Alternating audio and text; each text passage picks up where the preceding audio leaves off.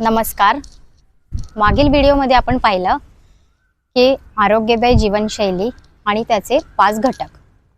तर त्यातला पहिला घटक म्हणजे आहार. तर आहार म्हणजे काय? तर आपण दिवसभरातल्या खाल्लेल्या अन्नाची बेरीज म्हणजे आहार. तर आपल्या अगोदरच्या पिढीला खाल्लेल्या अन्नाचा हिशोब ठेवायची खरंच गरज होती का? तर नाही. आणि आज आपल्याला का आहे? तर आपल्या अगोदरची पिढी 3 नियम नक्कीच पाळत होती. ते कोणते? तर लोकल, सीजनल आणि ट्रेडिशनल. ते लोकल म्हणजे काय? तर आजूबाजूच्या किंवा जवळच्या प्रदेशात पिकलेले अन्न ते खात होते. सीजनल म्हणजे ऋतुमानानुसार खात होते. आणि ट्रेडिशनल म्हणजे त्यांच्या आई वडिलांकडून किंवा आजी आजोबा त्यांच्या पिढ्यानुसार आलेलं अन्न ते खात होते. त्याच्यामुळे त्यांना खाल्लेल्या अन्नाचा हिशोब ठेवायची कधीच गरज पडली नाही. आणि त्यावेळेला सुखसोयी किंवा सोयीसुविधा पण कमी होत्या. त्यामुळे त्यांचा रोजचा दिनक्रम होता.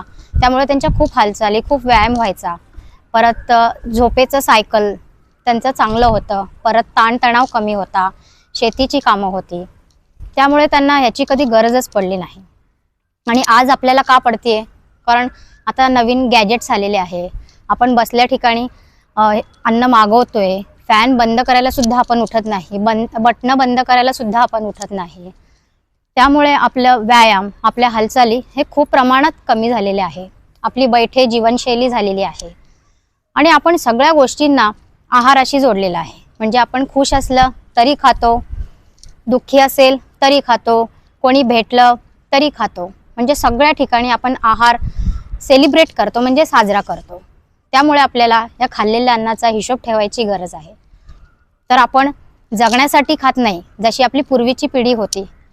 आपण खाण्यासाठी जगतोय. तर आपण सगळ्यांनी नक्की विचार करूया की आपल्याला जगण्यासाठी खायचंय का खाण्यासाठी जगायचंय.